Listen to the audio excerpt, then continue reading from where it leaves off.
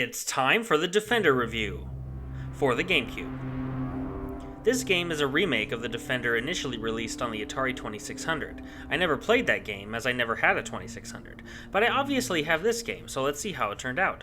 When you start, you're introduced to your character, a pilot named Kyoto, who receives missions from her superior, which all have the same basic objective: kill aliens and survive.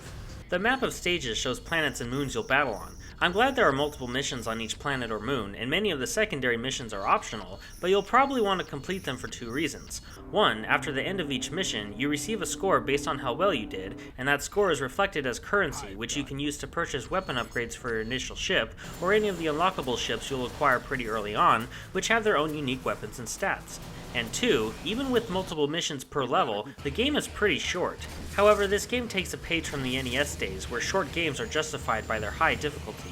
Not every stage is super straining on your mad gaming skills, but there are a handful that will make you very frustrated.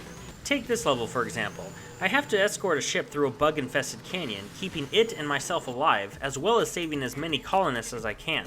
Oh, and the escorted ship has a very weak attack to defend itself, and even though I have 2 lives, if I die once, I respawn all the way back to where I started, while the escorted ship sits miles away from me, completely vulnerable to all attacks from the many waves of aliens. I can't count how many times I replayed this level. I tried different strategies with every ship I had, and finally, after literally hours of attempts, I completed it. Every level is about finding the best strategy with the ship that will stand the best chance. Don't come into this game thinking it's a mindless 3D shooter, because there's more depth and strategy to winning than you might think.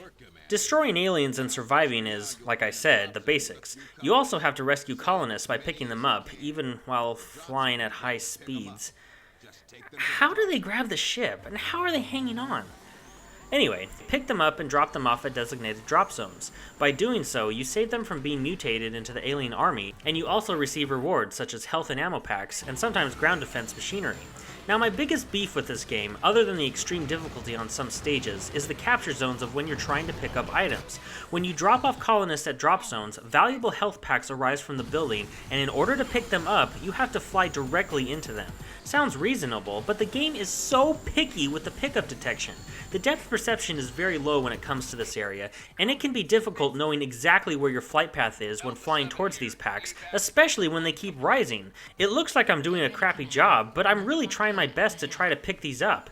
And don't think you can do without them. You absolutely need these in order to win, and this is only one of 2 ways of obtaining health. The other is finding health boxes on the ground in which you have to shoot them so they break open, but then the actual health packs rise up into the air.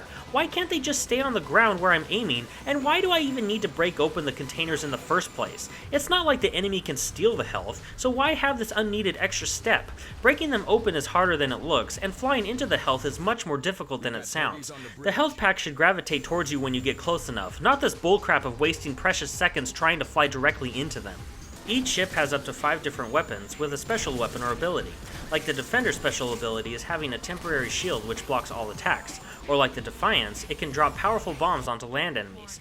Most weapons have a limited amount of ammo, so using your best homing missile attack on every enemy is probably a very poor strategy, effective as it might be. You can pick up ammo from crates or by saving colonists, but aside from the annoyance of actually picking them up, it takes time to go shopping for them.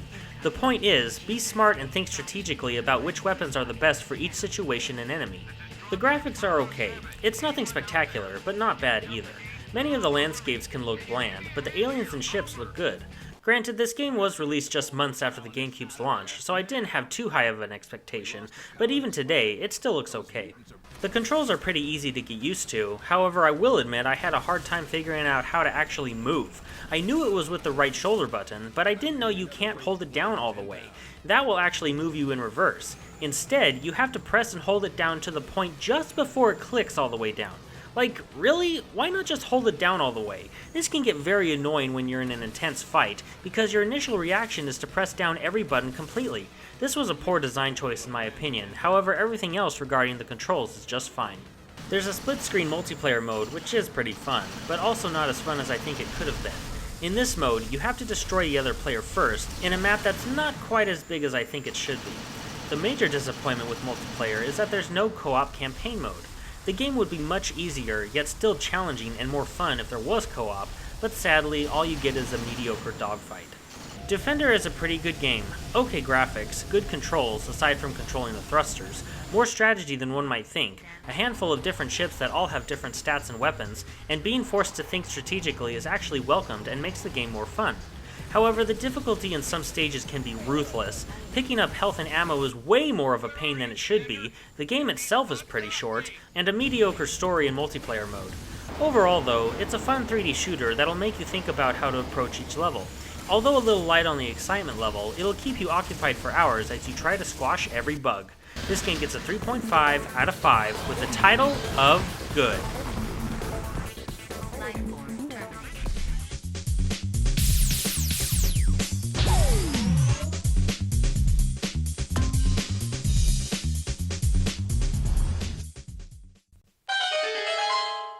Hey, let's play something. Okay, what do you want to play? I don't know, I'm kind of in the mood for a racing game. Let's play Mario Kart. Nah. How about F-Zero? No, let's play Mario Kart. F-Zero! Mario Kart! F-Zero! Hey kids, did you know there's a game that combines both of what you want into one? And it's called... Wow!